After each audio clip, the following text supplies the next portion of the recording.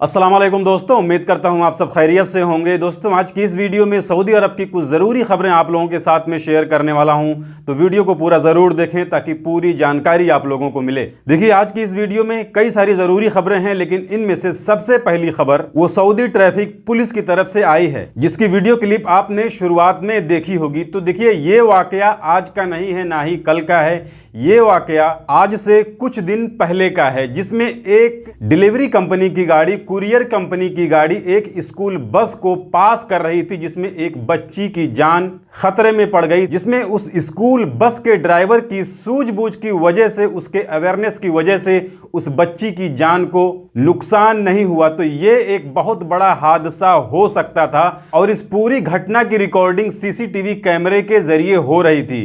फिर इस वीडियो को सोशल मीडिया पर डाला गया, जिस पर लोगों ने काफी गुस्से का इजहार किया और उस ड्राइवर के खिलाफ में कार्रवाई करने की बात कही गई, जिसमें ट्रैफिक पुलिस हरकत में आई और फिर अपनी तरफ से एक विजुअल बना करके, एक वीडियो बना करके अपने सोशल मीडिया पर, ट्विटर पर पोस्ट किया, जिससे लोग जागरूक हों। जिसमें यह दिखाया गया है कि कोई भी स्कूल बस या वैन अगर खड़ी है, उस बस में लोडिंग हो रही है या अनलोडिंग हो रही है, यानी बच्चे उतर रहे हैं या चढ़ रहे हैं, उस वक्त तक कोई भी गाड़ी उस स्कूल बस को क्रॉस नहीं कर सकती है, यानी उसको कोई ओवरटेक नहीं कर सकती है। अगर ऐसा कोई करता हुआ पकड़ा जाएगा तो उसके ऊपर 3000 रियाल से 6000 रियाल का जुर्माना लगाया जाएगा। तो अब उसमें जिस ड्राइवर ने उस बस को क्रॉस किया था वो एक कुरियर कंपनी की गाड़ी थी, जिसके बाद कुरियर कंपनी ने उस बच्ची के माँ बाप से माफी मांगी और उस ड्राइवर के ऊपर कार्रवाई करने की बात कही है। तो देखिए, सऊदी अरब के अंदर कोई भी गाड़ी चला रहा हो, चाहे वो सऊदी हो या गैर मुल्की हो, वो इस चीज का जरूर ध्यान रखे कि सामने अगर कोई स्कूल बस खड़ी है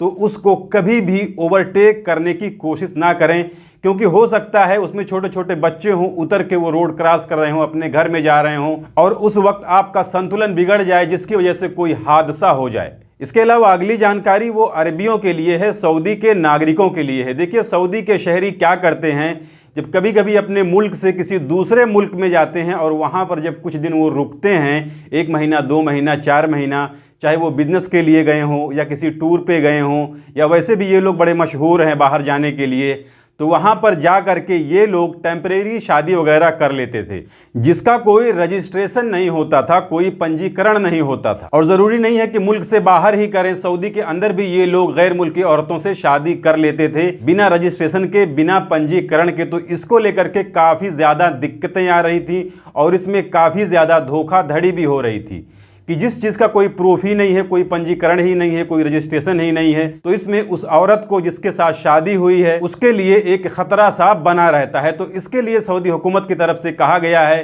कि अब कोई भी सऊदी शहरी विदेशी औरतों से शादी करेगा तो उसके लिए उसे रजिस्ट्रेशन कराना पड़ेगा, ताकि आगे चल के उस औरत के साथ में कोई दिक्कत ना खड़ी हो। इसके अलावा अगली जानकारी वो इंडियन एयरलाइंस विस्तारा के बारे में है। देखिए, विस्तारा का नाम आपने सुना होगा, अगर नहीं भी सुना है तो सुन लीजिए। इंडिया की एक एयरलाइंस है जिसका नाम है विस्तारा। तो ये एयरलाइंस अब 1 अक्टूबर से मुंबई से मस्कत यानी ओमान का जो इंटरनेशनल एयरपोर्ट है वहाँ के लिए, और फिर वहाँ से मुंबई हफ्ते में 7 दिन चलेगी। और इसमें बता रहे हैं कि फिलहाल इसका जो फ्लाइट का टिकट होगा वो बहुत ही सस्ता होगा।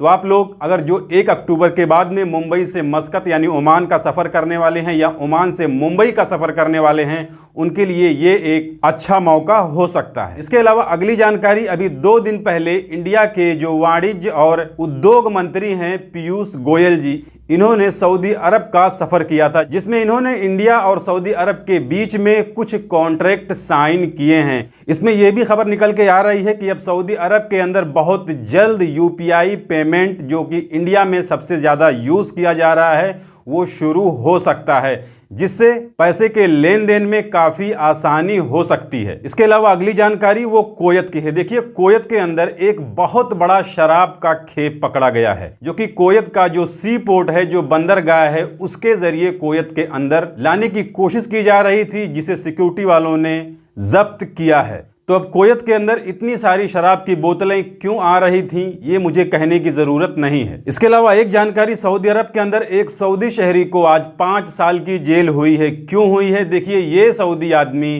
15,000 रियाल के लालच में अपने किसी पड़ोसी मुल्क के किसी नागरिक को सऊदी अरब के अंदर इल्लीगल तरीके से लाने की कोशिश कर रहा था, जिसकी वजह से इसे पकड़ा गया है। तो देखिए, अब 15,000 के लिए कोई विदेशी आदमी अपने मुल्क में घुसा रहे हैं, तो ये तो एक तरीके से देश के साथ गद्दारी भी हो गई। तो अब इनको 5 साल की जेल होने वाली है। इसके अलावा सऊदी अरब के अंदर ये अक्सर न्यूज आते रहती है कि सऊदी अरब के अंदर जो सहरा है, जो डेजर्ट वगैरह है, वहां पर लोग अक्सर घूमने के लिए जाते हैं और खो जाते हैं उस सहरा में, और बाद में उनकी तलाश की जाती है। बहुत से लोग ऐसे वक्त पर मिलते हैं कि उनका आखिरी वक्त चल रहा होता है, लेकिन वो टाइम पर सिक्योरिटी वालों को मिल जाते हैं। लेकिन बहुत से लोग ऐसे होते हैं जिन्हें सिक्योरिटी वाले ढूंढ नहीं पाते हैं और वो अपना दम तोड़ देते हैं। ये लोग बाकायदा अपनी गाड़ियां ले करके सहरा के अंदर जाते हैं, रेगिस्तान में जाते हैं।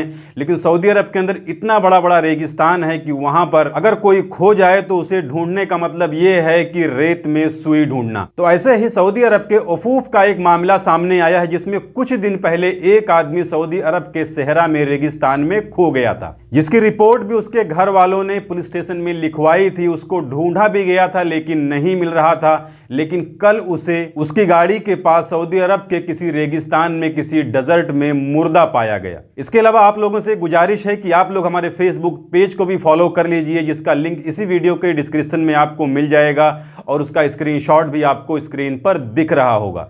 तो ये थी आज की इस वीडियो में सऊदी अरब की कुछ ज़रूरी खबरें, जिसे मैंने आपके साथ में शेयर कर दी। जानकारी अच्छी लगी है तो वीडियो को लाइक कर दीजिए।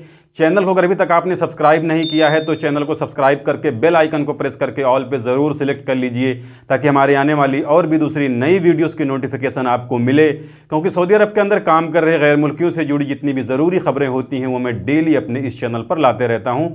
तो आज की इस वीडियो में बस इतना ही। मिलते हैं फिर अगली वीडियो में, तब तक के लिए इजाज़त दीजिए। खुदा हाफिज़।